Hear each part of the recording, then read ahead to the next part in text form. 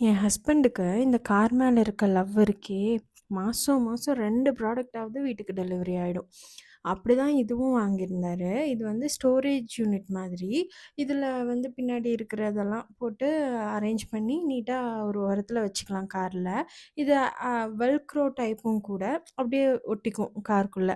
So that அது miss ஆகாது விழுந்துட்டு அப்படிலாம். வந்ததுமே காருக்குள்ள வைக்கணும், போய் அரேஞ்ச் த்ருவா பண்ணுவாங்க அப்படின்னு சொல்லி எங்க 2 பேரையும் கூட்டிட்டு போயிட்டாரு த்ருவா கீழ. இப்ப என் பையனுக்கு காருக்குள்ள ஏறுனாலே போயிட்டு அங்க ஒட்டியிருக்கிறதெல்லாம் எடுத்து பிச்சு ஒரு ஆராய்ச்சி பண்ணிடணும்.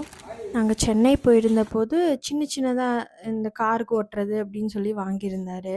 அதுலயும் என் பையனுக்கு இந்த எலிஃபென்ட்னா ரொம்ப பிடிக்கும். அதனால குட்டியா கார்ல ஓட்டுற மாதிரி ஒண்ணு வாங்கிட்டு வந்தாரு. அது எங்க ஓட்டலாம் அப்படின்னு பார்த்துட்டு இருந்தோம். பேசாம அவன் உட்கார்ற பக்கமே ஒட்டிறலாமா அப்படின்னு பார்த்தோம்.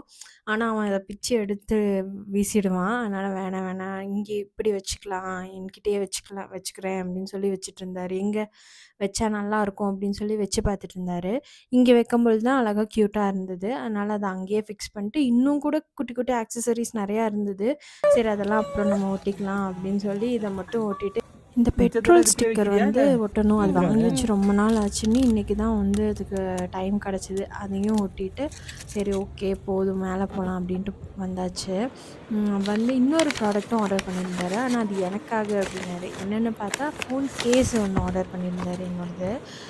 எனக்கு இதில ஏகப்பட்ட கேஸ் போட்டுட்டேன் இதுவரைக்கும் என்னோட ஃபோனுக்கு. எதுவுமே அவ்வளோ ப்ரொடெக்ஷனாவே இல்ல. அதனால சரி சரி, ஓகே. நல்லா ஸ்ட்ராங்கா இருக்கட்டும் அப்படின்னு சொல்லி இது வாங்கி குடுத்தாரு.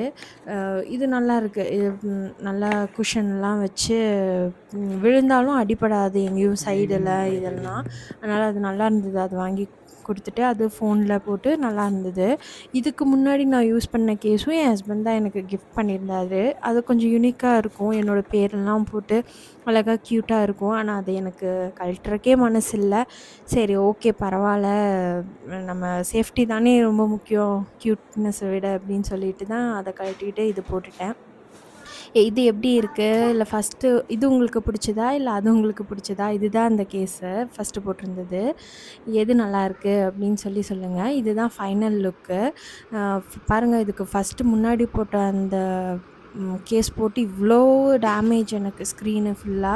வேற தான் அத டெம்பர் போட்டிருக்கனால பரவால்ல. அதில தான் அடிபட்டுட்டு இருந்தது. சரி அதுவும் வேற மாத்தணும். ஊருக்கு போய் தான் மாத்தணும்னு இருக்கோம்.